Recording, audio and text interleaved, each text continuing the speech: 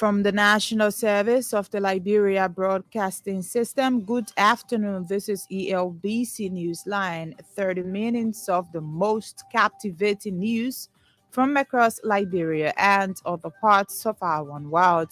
Today is Friday, July 14, 2023. My name is Zokwe Beslekonen, your presenter. In the headlines, Civil Law Court shuts down offices of Spoon Network for slander and libel. Authorities of Ministry of Public Works narrowly escaped common jail sentence for the second time running.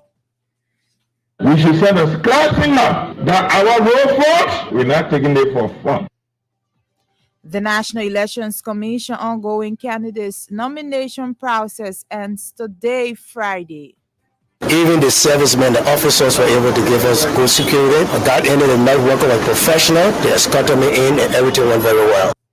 And away from Liberia, International Criminal Court opens new investigation into alleged war crimes in Darfur region of Sudan. These stories plus many more developments are all packaged into this edition of the program ELBC Newsline. We now go over to Grace Tao for the Bulletin of News. President George Weah has made nominations at the 8th Judicial Circuit Court in Nimba County. Those nominated include Councillor Papi Swa, Resident Circuit Judge, 8th Judicial Circuit, and Councillor Musa Silibi, Resident Judge, Sexual Offences Division, 8th Judicial Circuit. According to an executive mansion release, President Weah also appointed Jerry Blair, Director of Rivergy Vocational and Technical Training Institute in Rivergy County. The nominations are subject to confirmation by the Liberian Senate where applicable. The Civil Law Court has shut down the offices of Spoon Network. The entity was closed earlier on Friday for action of damages for slander and libel.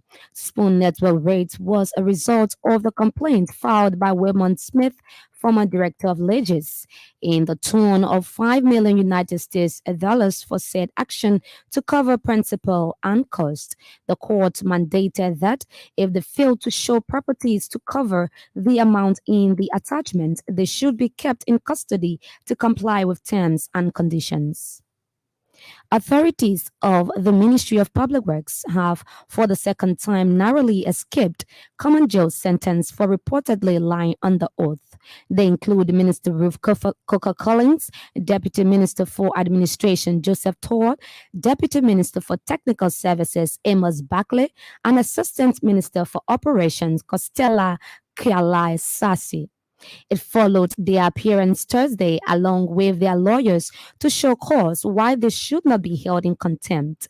Responding to the contempt charges, Public Works Minister Ruth Coker Collins apologized to plenary while her legal team requested for a 2-week period, which was later denied. The senators charged the minister and her team for lying under oath, conniving with construction companies to extort money from government, mismanagement of public resources, and lack of accountability.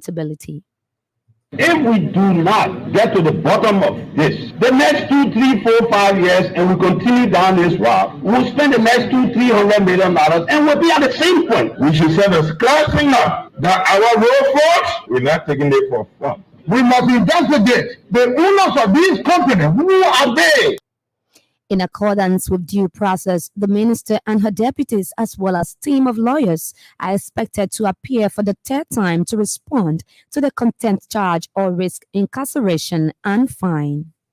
The ongoing candidates nomination process by the National Elections Commission is expected to end later today, Friday. However, candidates have described the process as smooth and successful. One of the presidential candidates, Joshua Turner, hailed the National Elections Commission for its cooperation with candidates in the ongoing process. The nomination was very good and smooth, properly done. The courtesy, hospitality from the staffs is all very impeccable and good. The New Liberia Party standard bearer believes NEC is well on course to ensure the smooth conduct of the October 10 elections. Meanwhile, the National Elections Commission will later today begin updating the public about the ongoing process.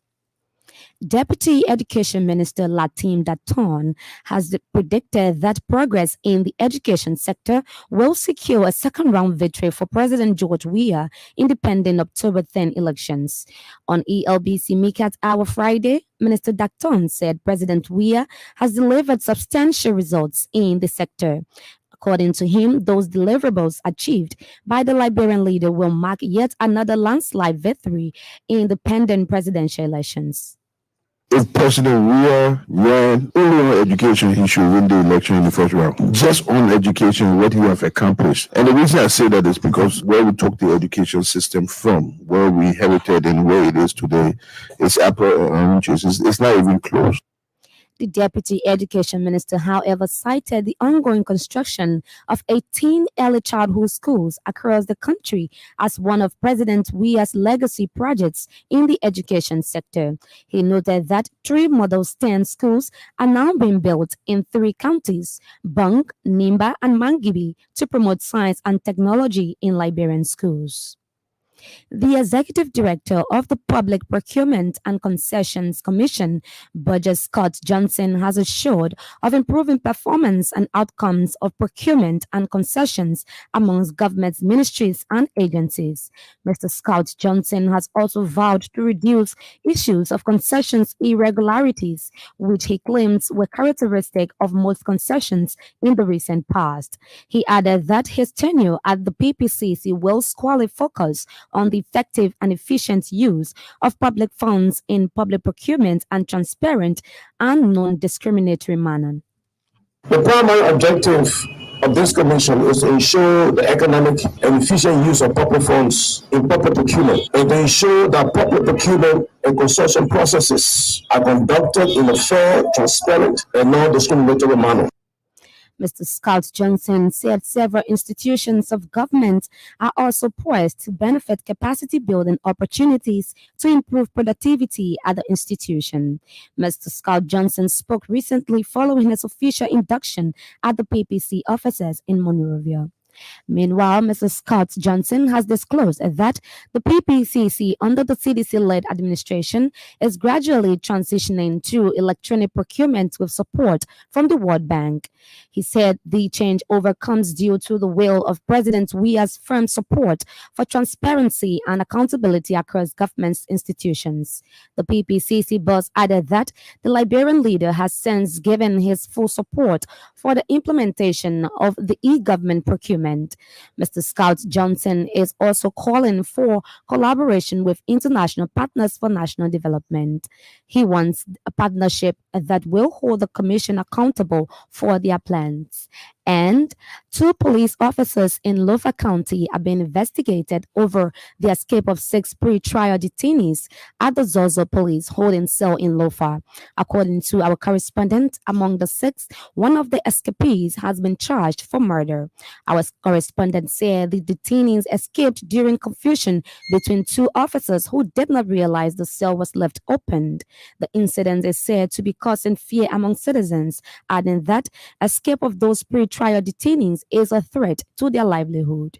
Meanwhile, police have launched a frantic search for the rearrest of those detainees. Grace Tao there with the news bulletin. She will be here again with the weather update and international development. One of the big stories we are following on today's presentation: Civil Law Court shuts down offices of